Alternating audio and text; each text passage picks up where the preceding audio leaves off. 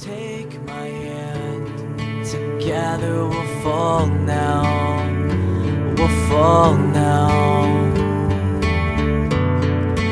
I don't know what to say, but I'll try my best. It's terribly cliche, 'cause when you...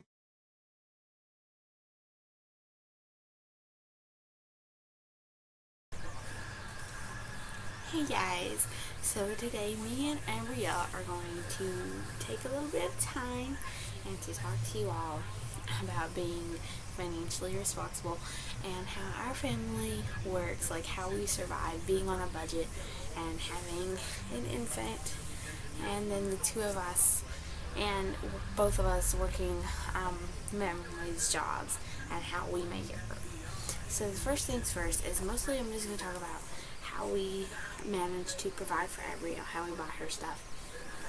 Start out with a good rule of thumb for surviving on a budget is obviously you buy things on sale.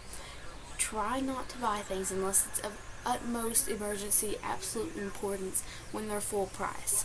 Like, for instance, we do a lot of our shopping, most of it actually at Walmart, because Walmart is the cheapest for us where we live. And a lot of the times what we do is we make about 1 or 2 trips to Walmart every month. We save up, we make our list out for, however many days, about 2 weeks or so, and whatever's on the list, we get it then and there most of the time, unless we know it's on sale somewhere else for cheap. And then a lot of the times, if it's in a newspaper ad, Walmart will match it. So that cuts down on our running. But a lot of the times, Walmart always is having stuff on sale. It seems like they're always having rollback sales on their diapers, on their wipes. So we try to get them when they're on rollback, and we buy in bulk. Meaning that we don't go and buy diapers just 1 week's supply. We try to buy a few weeks ahead supply. That way it cuts down on our gas going back and forth from and to the store. And it also just kind of saves a little bit of money, time, and hassle in the end by just going ahead and buying up a bigger lot of diapers. Next thing, we use Huggies, and we participate in the My Rewards program. And basically what that is you go online and you register with Huggies.com, and for every product that you buy that participates in their program, which so far I've not bought anything that doesn't participate, there's a little sticker inside of their products and the wrapping, and it's got a code on it. You enter that code and you get reward points. Huggies, a lot of the baby product sites like Huggies, Pampers, stuff like that, they offer online printable coupons that you can get. So whenever we see one of those that we could use, we definitely get that. We're basically, well, I say we, but it's mostly me. I'm always looking for coupons. I love them.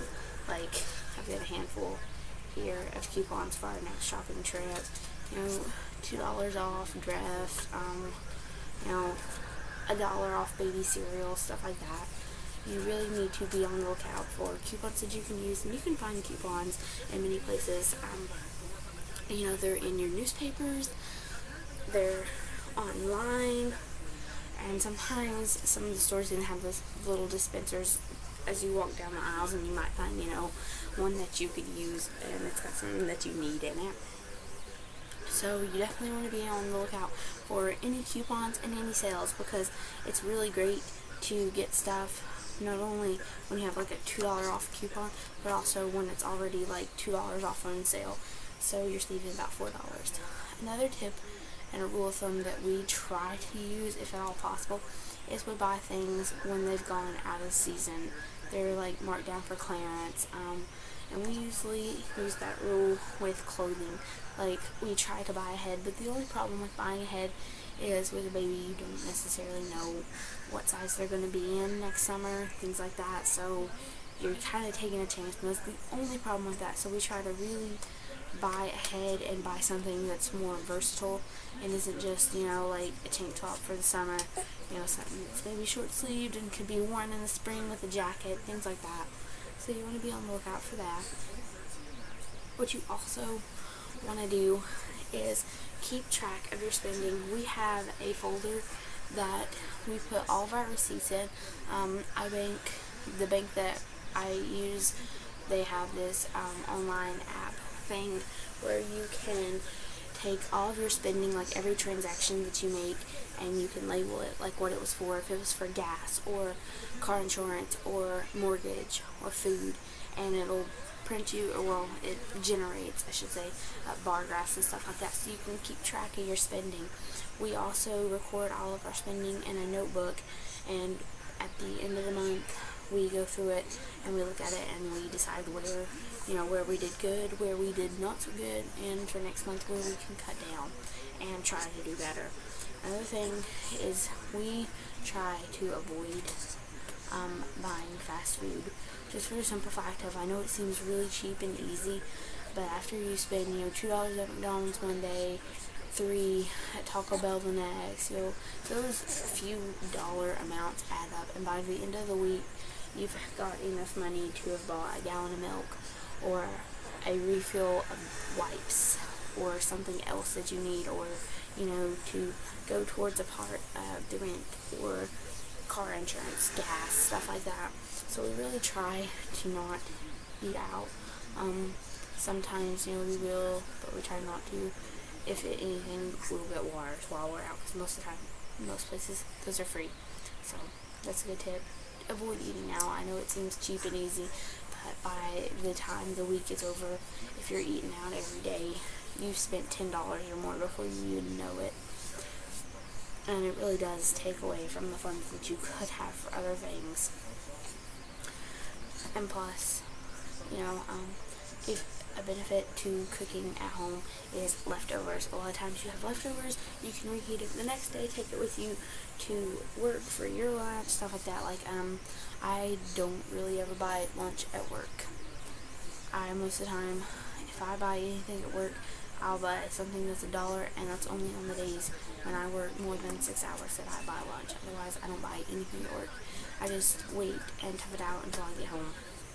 So another thing that you kind of want to be careful about is limiting your trips, making your gas stretch out a little bit further, and also planning out your days accordingly. Like, for instance, this Friday for us is going to be super, super busy. We have an appointment for Adrielle.